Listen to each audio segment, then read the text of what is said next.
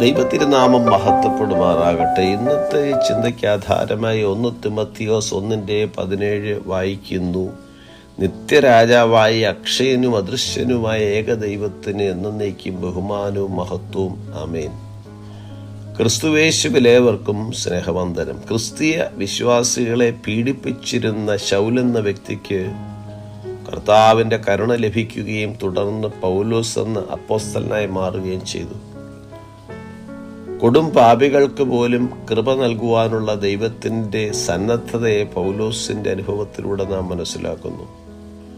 തന്നിൽ വിശ്വസിക്കുന്ന ഏവർക്കും യേശു രക്ഷ നൽകുന്നു എന്നതിന് പൗലോസ് മാതൃകയാണ്. മുമ്പേ താൻ ദൂഷകനും ഉപദ്രവിയും നിഷ്ഠുരനുമായിരുന്നു എങ്കിലും അവിശ്വാസത്തിൽ അറിയാതെ ചെയ്തതാകൊണ്ട് തനിക്ക് കരുണ ലഭിച്ചതായി പറയുന്നു. നിത്യരാജാവായി അക്ഷയനും അദൃശ്യനുമായ ഏകദൈവത്തിന് എന്നേക്കും ബഹുമാനവും മഹത്വവും അർപ്പിച്ചിരിക്കുന്നു. ദൈവം നിത്യരാജാവാണെന്നും പൂർണ്ണ മഹത്വത്തോടെ ഭരിക്കുന്നവനും വാഴുന്നവനും എല്ലാ കാലങ്ങളെയും മറികടക്കുന്നവനുമാണ്. അമർത്യനായ ദൈവം അവസാനമില്ലാത്തവനാണ്. അദൃശ്യനായതും നമുക്ക് പൂർണ്ണമായും മനസ്സിലാക്കുവാൻ കഴിയാത്തവനുമാണ് ദൈവം. എല്ലാം അറിയുകയും മനസ്സിലാക്കുകയും ചെയ്യുന്ന ദൈവത്തിന് പൗലോസ് ബഹുമാനവും മഹത്വവും നൽകുന്നു.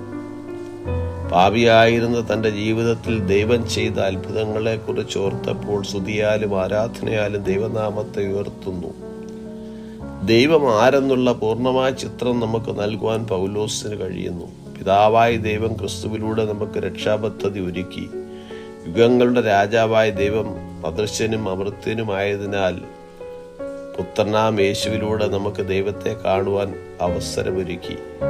യേശു ക്രിസ്തുവിലൂടെ ദൈവത്തിൻ്റെ മക്കളാകുവാൻ നമുക്ക് ലഭിച്ച പദവി ഭയഭക്തിയോടെയും സ്നേഹത്തോടെയും ബഹുമാനത്തോടെയും ദൈവത്തെ സ്തുതിക്കുവാൻ നമ്മെ സഹായിക്കുന്നു. അതെ, നമുക്കൊരുമിച്ച് നിത്യരാജാവായ അക്ഷയനും അദൃശ്യനുമായ ഏകദൈവത്തിന് എന്നേക്കും മഹത്വം കൊടുക്കാം. ഈ വചനങ്ങളാൽ ദൈവം നമ്മെ ഏവരെയും അനുഗ്രഹിക്കുമാറാകട്ടെ. God bless us.